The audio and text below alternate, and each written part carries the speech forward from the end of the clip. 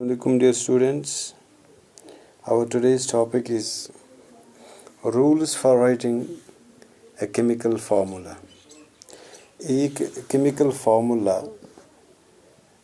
लिखने के लिए हमें किन चीज़ों का ख्याल रखना है और कैसे लिखनी है ये फार्मूला। यानी ये फार्मूला चूँकि हमारे क्लास में पहली बार तो नहीं आई है, हमें जो मर्ज़ी आई हम लिखें। नो, ये रूल्स इंटरनेशनल रूल्स होते हैं जहाँ पे चूँकि ये जो कंपाउंड्स हैं ये दुनिया के हर कोने में पाए जाते हैं, दुनिया की हर लैब में प्रिपेयर किए जाते हैं, लिहाजा इनको लिखने के लिए केमिस्ट्री में कुछ उसूल दिए गए हैं जिनको सोच समझ कर हम किसी भी कंपाउंड की जो फार्मूला है वो लिख सकते हैं। Steps followed for writing chemical formula of molecular or ionic compounds. यानी ये कंपाउंड्स दो तरह के होते हैं, एक होते हैं मॉलिक्यूलर या आयनिक कंपाउंड्स। तो खैर ये तो आपको अगले लेसन में हम बताएंगे कि ये मॉलिक्यूलर कंपाउंड्स या आयनिक कंपाउंड्स क्या होते हैं, इनमें कौन सी डिफरेंस रहती हैं, क्योंकि वहाँ पे हमें स्ट्रक्चर ऑफ एटम पढ़ना है डिटेल में। तो वहाँ पे हम आपको आराम से ये इनमें जो डिफरेंस है पाई जाती हैं वो बता देंगे।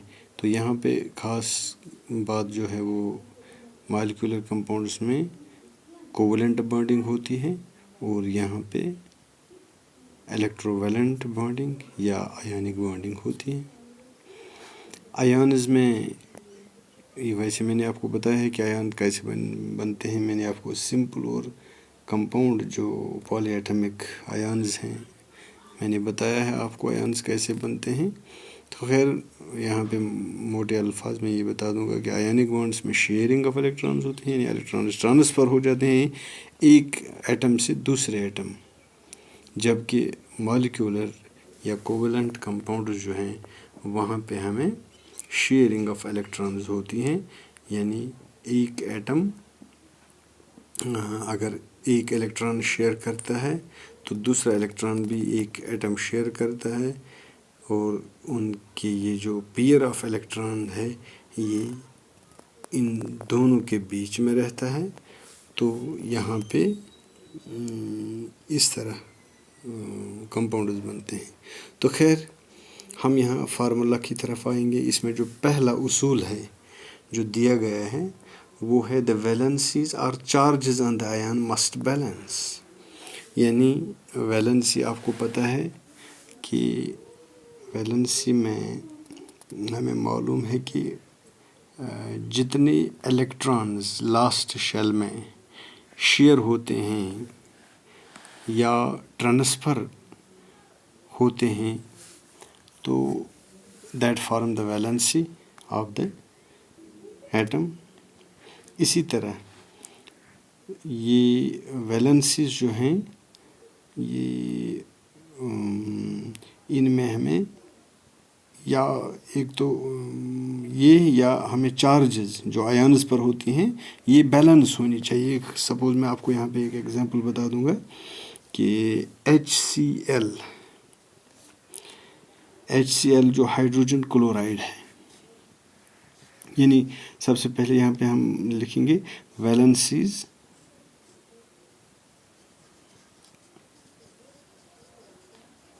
और charges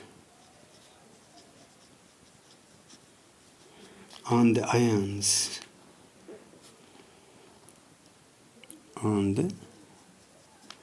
ions must balance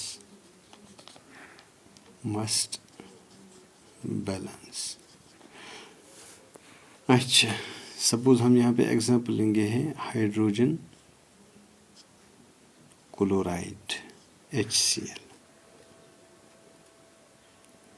HCl जो कंपाउंड है इसमें हाइड्रोजन ऐसे और क्लोरीन।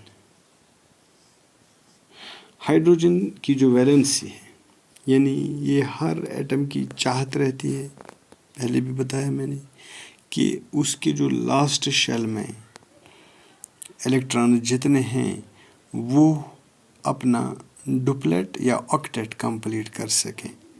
यानी हाइड्रोजन में सिर्फ एक इलेक्ट्रॉन होता है, यानी इसको एक और चाहिए अपना डुप्लेट कंप्लीट करने के लिए। इसको 2 इलेक्ट्रॉन्स, यानी हर कोई एटम यही चाहता है कि वो स्टेबल हो जाए, लिहाजा इसके लास्ट शेल में अगर एक है, ये चाहता है कि मुझे 2 आनी चाहिए। इसी तरह क्लोरीन जो है, इसकी भी वैलेंसी एक ही है। क्यों? क्योंकि मैंने आपको बताया है, जब मैंने आपको सोडियम क्लोराइड कैसे बनता है उसमें मैंने आपको बताया है कि क्लोरीन की जो वैलेंसी है वो एक होती है, यानी इसके लास्ट शेल में 7 इलेक्ट्रॉन्स होते हैं और ये चाहता है कि मुझे टोटल में 8 हो जाए, 8, यानी मेरा ऑक्टेट कंप्लीट हो जाए। तो ये एक हासिल करने के लिए इसको, यानी इसको 7 जब हैं तो इसको 1 चाहिए, तो ये 1 चूँकि यहाँ पे इसको हाइड्रोजन शेयर करता है, तो क्या होता है कि यहाँ पे हमें इस चीज़ का ख्याल रखना चाहिए कि ये क्रॉस करने हैं वैलेंसीज। यानी H कितना है 1, क्लोरीन कितना है 1, तो फार्मूला क्या बनेगी इसकी HCl हो गया 1। चलिए हम चलते हैं हाइड्रोजन सल्फाइड, दूसरे एग्जाम्पल है यहाँ पे हाइड्रोजन सल्फाइड। हाइड्रोजन सल्फाइड में क्या होता है, इसकी ये क्या बोलते हैं इसको, इसकी फार्मूला जो है वो हम आपको बाद में बताएंगे, लेकिन यहाँ पे हम लिखेंगे पूरा हाइड्रोजन सल्फाइड। ये एग्जाम्पल है हाइड्रोजन सल्फाइड। हाइड्रोजन सल्फाइड में क्या होता है, हाइड्रोजन एक होता है H और दूसरा होता है सल्फर, दैट इज S। अब हाइड्रोजन की जो वैलेंसी है यहाँ पे वो 1 है, जैसे हमने प्रीवियस में देखा। सल्फर की जो वैलेंसी है दैट इज 2, यानी सल्फर को 2 इलेक्ट्रॉन। अच्छा, तो मैं क्या कह रहा था कि यहाँ पे जो हाइड्रोजन है इसकी वैलेंसी 1 है, जबकि सल्फर की 2 है, और यहाँ पे जो वैलेंसीज हैं वो क्रॉस होती हैं ऐसे ऐसे। तो इस हिसाब से क्या इसकी फार्मूला आनी चाहिए H2S1, H2S, S1 तो हम नहीं लिखते हैं, लिहाजा H2S इसकी फार्मूला हो गई है, दिस इज़ हाइड्रोजन सल्फाइड।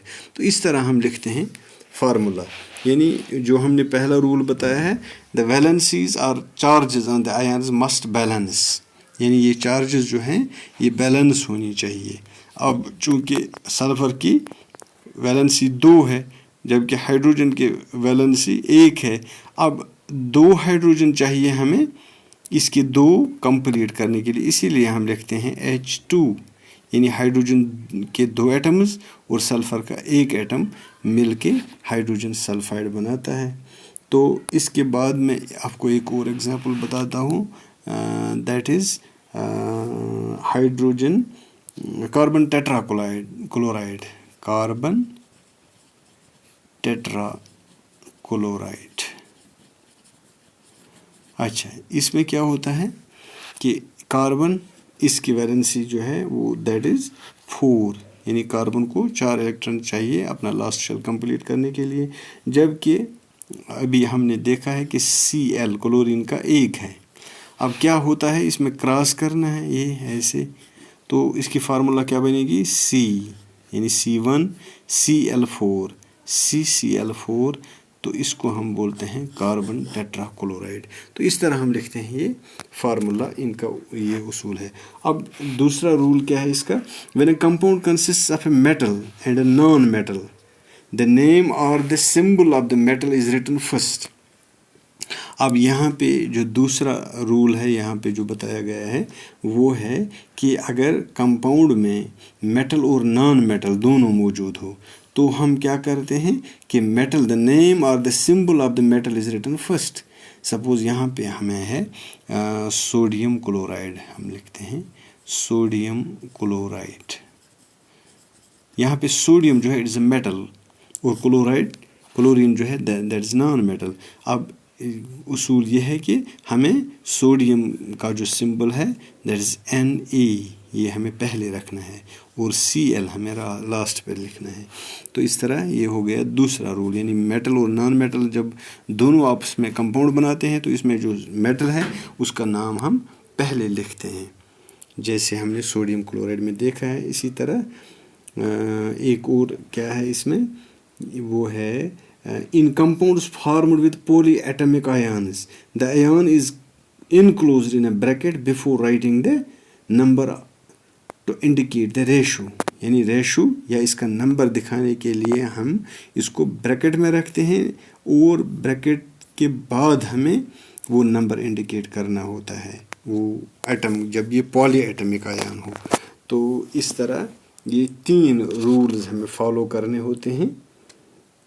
جیسے یہاں پہ آپ کو میں دکھا دوں کہ یہ ہے Mg، یعنی یہاں پہ ایگزامپل ہے MgOH. ایسے OH جو ہے یہ ایسے ہم لکھیں گے پولی ایٹمک آئن کی صورت میں، تو اس کا جو نمبر ہے وہ ہم بریکٹ کے بعد باہر لکھیں گے. یہ ایک اور اصول ہے اس کا.